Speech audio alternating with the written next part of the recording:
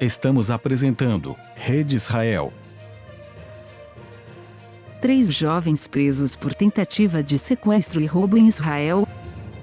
2 jovens de Tiberíades e um jovem de Cufariona tentaram sequestrar um homem e roubar seu carro de luxo enquanto se passavam por policiais. Isso está de acordo com a acusação apresentada ao tribunal ontem. A investigação policial revelou que, em 24 de março, os réus, com idades entre 28 e 21 anos, prenderam um motorista de um veículo Porsche em um posto de controle improvisado que montaram na saída da área industrial do Vale do Efer. Os 3 usavam chapéus de polícia e ordenaram que ele ficasse na beira da estrada. A polícia disse que os 3 tentaram forçar o motorista a sentar-se no banco de trás de seu veículo e, quando ele percebeu que era uma tentativa de sequestro, conseguiu escapar gritando por socorro. Frutos da paz. 14% dos diamantes em Israel foram exportados para os Emirados.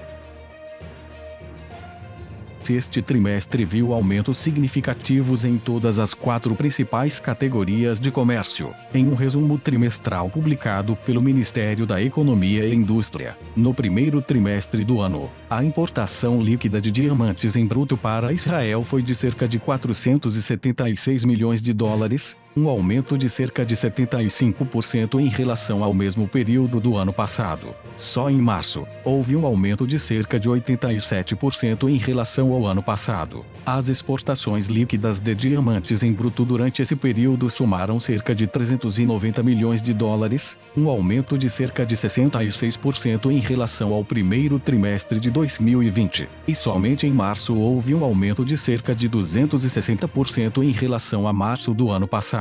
As importações líquidas de diamantes polidos no primeiro trimestre do ano totalizaram cerca de 647 milhões de dólares americanos, um aumento de cerca de 61% em comparação com o trimestre correspondente em 2020. E somente em março houve um aumento de cerca de 250% em relação ao mês correspondente do ano antes. Enquanto as exportações de diamantes polidos eram líquidas, que totalizaram cerca de 828 milhões de dólares, um aumento de cerca de 11,5% em relação ao trimestre correspondente em 2020. Em março passado, houve um aumento de cerca de 385%. Durante o primeiro trimestre do ano, as exportações de diamantes em bruto para os Emirados Árabes Unidos totalizaram aproximadamente 56 milhões de dólares, representando aproximadamente 14% do total das exportações de diamantes em bruto de Israel no trimestre. Neste trimestre,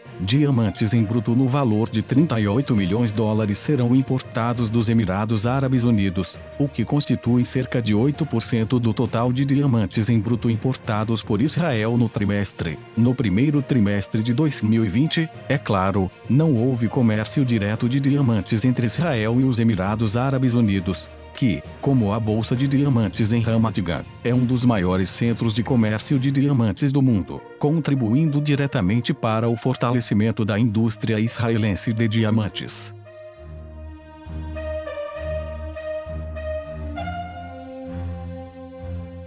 Frio e chuvas até o dia do memorial em Israel. Um analista da Meteutex disse que amanhã, na véspera do Dia da Memória das Vítimas dos Militares Israelenses, estará parcialmente nublado para limpar. As temperaturas vão subir e ainda ficaram ligeiramente abaixo da média para o período.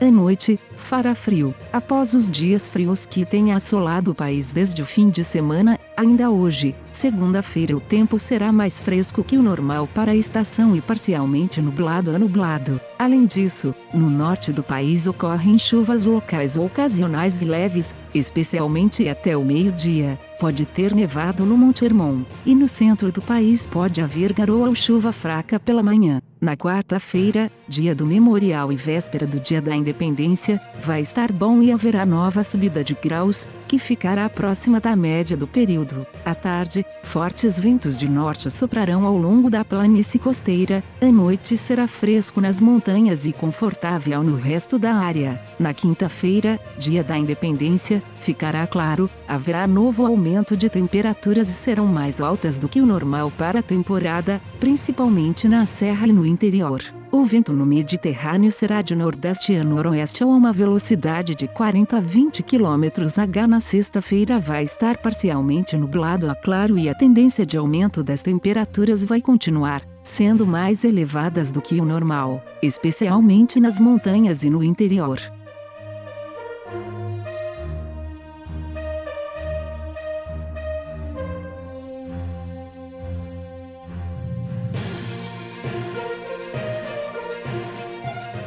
Danos em base de Natanz atrasam o programa nuclear militar iraniano em meses, um dia após o Irã ter se autoglorificado pelo avanço na produção de urânio enriquecido. O misterioso incidente que está sendo atribuído à agência de inteligência de Israel, o Mossad, parece ter danificado o complexo muito mais do que o Irã está disposto a admitir.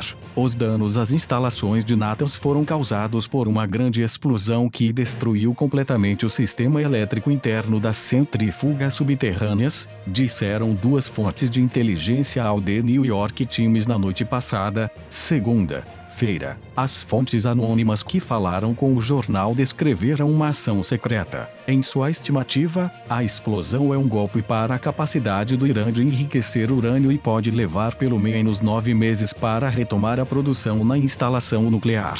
Segundo fontes de inteligência de Israel e dos Estados Unidos, Israel teve um papel importante na operação. A mídia iraniana informou ontem à noite um grande incêndio que eclodiu na instalação subterrânea de enriquecimento de urânio em Natanz, após uma grave falha nos sistemas elétricos. A causa do incêndio é desconhecida e até agora nenhuma resposta oficial foi recebida das autoridades do país. O chefe da Agência de Energia Atômica do Irã, Ali Akbar Salahi, disse ontem que a sabotagem da instalação de enriquecimento de centrifugação do Irã em Natanz foi resultado de terrorismo nuclear e que os agressores tentaram sabotar a capacidade nuclear de seu país. O incidente mostra o fracasso da oposição ao desenvolvimento industrial e nuclear do Irã, bem como o fracasso da oposição às negociações sobre o acordo nuclear e ao levantamento das sanções, disse a autoridade iraniana. Salahi acrescentou: "Este é um ataque terrorista nuclear e nos reservamos o direito de responder." O ministro da Defesa iraniano, Amir Khatami,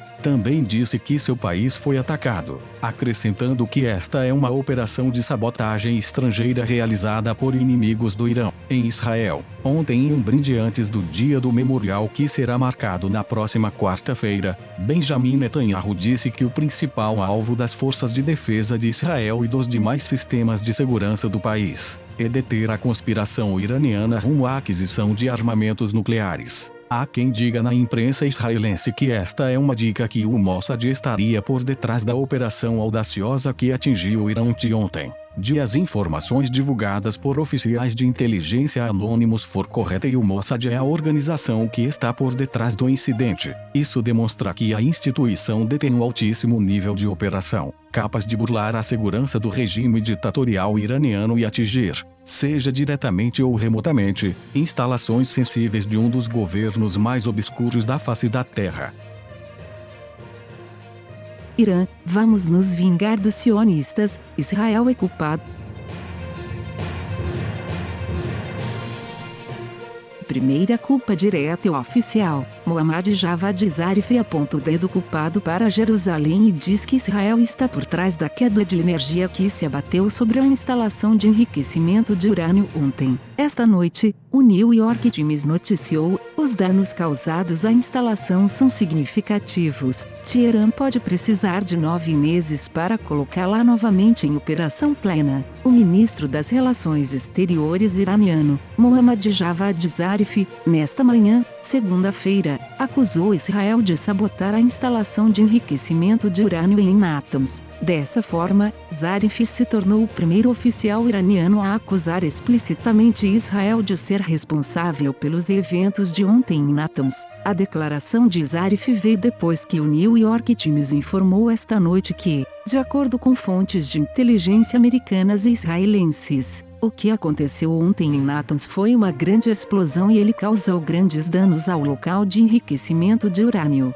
De acordo com o relatório, as fontes disseram que agora levaria pelo menos 9 meses para o Irã retomar o enriquecimento de urânio no local. Mohammad Javad Zarif se comporta como um bobo da corte, que vive ameaçando culpados sem ter sequer uma prova de envolvimento, a não ser rumores que surgem também sem provas concretas. As declarações de Mohammad Javad Zarif justificam ainda mais a preocupação do Ocidente com as reais intenções dos iranianos, que têm abertamente violado, semana após semana, os acordos nucleares que haviam assinado.